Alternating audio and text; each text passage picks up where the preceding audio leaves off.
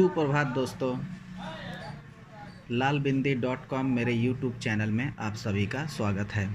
दोस्तों, आज हम सीखेंगे निवास प्रमाण पत्र जब बनाना होता है तो उसके लिए एक स्वप्रमाणित घोषणा पत्र की ज़रूरत पड़ती है।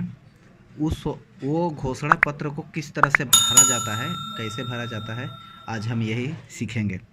तो चलिए हम स्टार्ट करते हैं।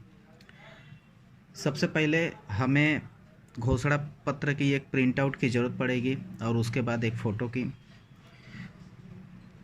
तो चलिए ये समझ लीजिए, फ़ोटो एक लगा दीजिए। सबसे पहले फ़ोटो लगाइए। उसके बाद जिसके लिए निवास बनाया जा रहा है उनका नाम यहाँ पे लिखिए। तो समझ लीजिए उनका नाम है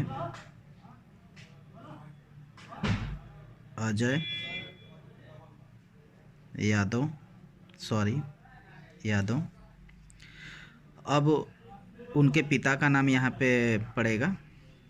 तो यहाँ श्री पहले से ही लगा हुआ है, तो पिता का नाम चलिए लिखते हैं। समझ लीजिए विजय यादव। माता का नाम, यहाँ माता का नाम आपको भरना होगा, तो माता का नाम यहाँ पे भरिए।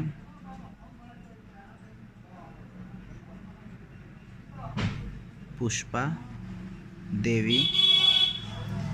अगर देवी हैं तो देवी लिखिए, या फिर अगर माता का सरनेम है तो उनका सरनेम लिख दीजिए यादव। वैसे एक बात बता दूं, बहुत सारे लोग शादी होने के बाद देवी शब्द का इस्तेमाल करते हैं टाइटल का। ये गलत है।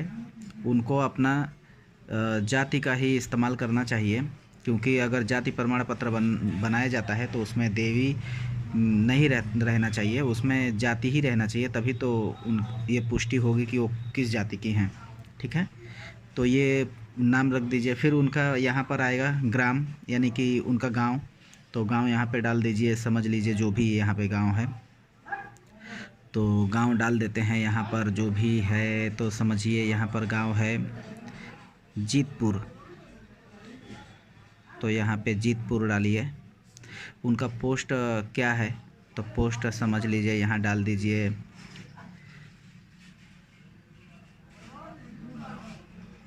अवाएँ। तो यहाँ पे डालिए अवाएँ। ये उनका पोस्ट है। ये कौन से थाना में पड़ता है वो थाना का यहाँ पे जगह डालिए। तो समझ लिए यहाँ पर थाना है रामपुर, ये उनका थाना हो गया। तहसील, किस तहसील में पड़ता है, तो तहसील समझिए जो भी यहाँ पे तहसील होगा वो तहसील को डाल दीजिए। तहसील समझ लीजिए उनका है मैनपुरी,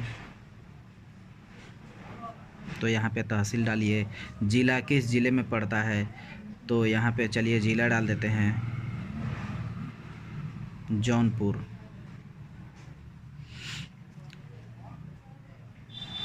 और ये जो है ये नहीं भरा जाएगा, क्योंकि हम निवास भर रहे हैं, तो यहाँ पे हम ऐसा टिक कर देंगे।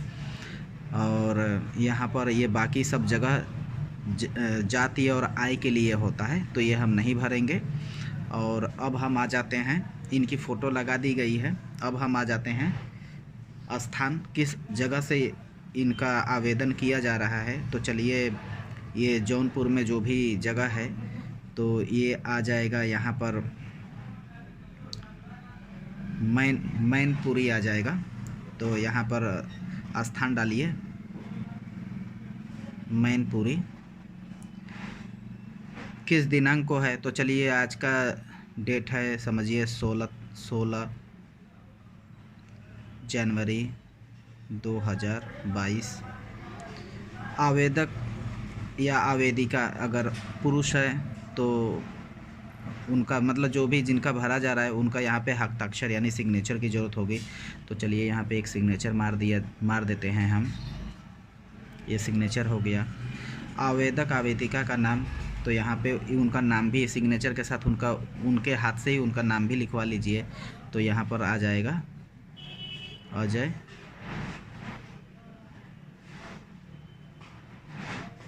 यादव। तो दोस्तों ये हम लोगों ने अभी अभी निवास भरा है। निवास को इसी प्रकार से भरा जाता है। निवास उस समय का बहुत कारगर सिद्ध होता है, यानी कि काम में आता है जब हमारे पास आधार कार्ड नहीं होता है और हमें मतलब निवास अगर बन जाएगा तो हम आधार कार्ड के लिए संशोधन के लिए आधार कार्ड में कोई संशोधन करना होगा। सपोज डेट बहुत सारे लोग जैसे अजय ये यादव के बदले समझ लीजिए यहाँ पे कुमार लग गया है, तो अगर हम निवास बनाते हैं अजय यादव के नाम से तो ये कुमार हटा देंगे और उसके बाद हम क्या करेंगे कि अपने संशोधन, यानी कि अगर हमारे आधार कार्ड में भी कुमार है तो हम इस निवास को दिखा करके हम अपने आधार कार्ड को संशोधन करा सकते हैं, यानी आधार कार्ड में भी अजय यादव कर सकते हैं। तो ये हमारा उस वक्त काम आता है। अगर आपके पास निवास इस प्रकार का निवास बनाना है और कोई भी आपके पास डॉक्यूमेंट नहीं है तो आप एक काम करिए, अपने ग्राम प्रधान से लिखित में एक फ़ोटो लगेगा, जो ऐसा ही एक फ़ोटो आप ग्राम प्रधान को दे दीजिए। वो एक फ़ोटो लगा करके आपको प्रमाणित कर देंगे कि आप हमारे गांव से हैं, आप इस गांव के निवासी हैं। तो उस प्रमाण को लेकर के आप किसी का भी निवास बनवा सकते हैं या अपना खुद का बना सकते हैं। और फिर आपको अगर ऐसा मिल जाएगा तो आप उससे आधार कार्ड में या किसी भी ज़रूरत पड़ने पे आप इसको यूज कर सकते हैं। तो दोस्तों, अगर मेरा वीडियो आप लोगों को अच्छा लगा तो प्लीज़ इसे लाइक करें, कमेंट करें, शेयर करें और मुझे सब्सक्राइब करना ना भूलें। Thank you.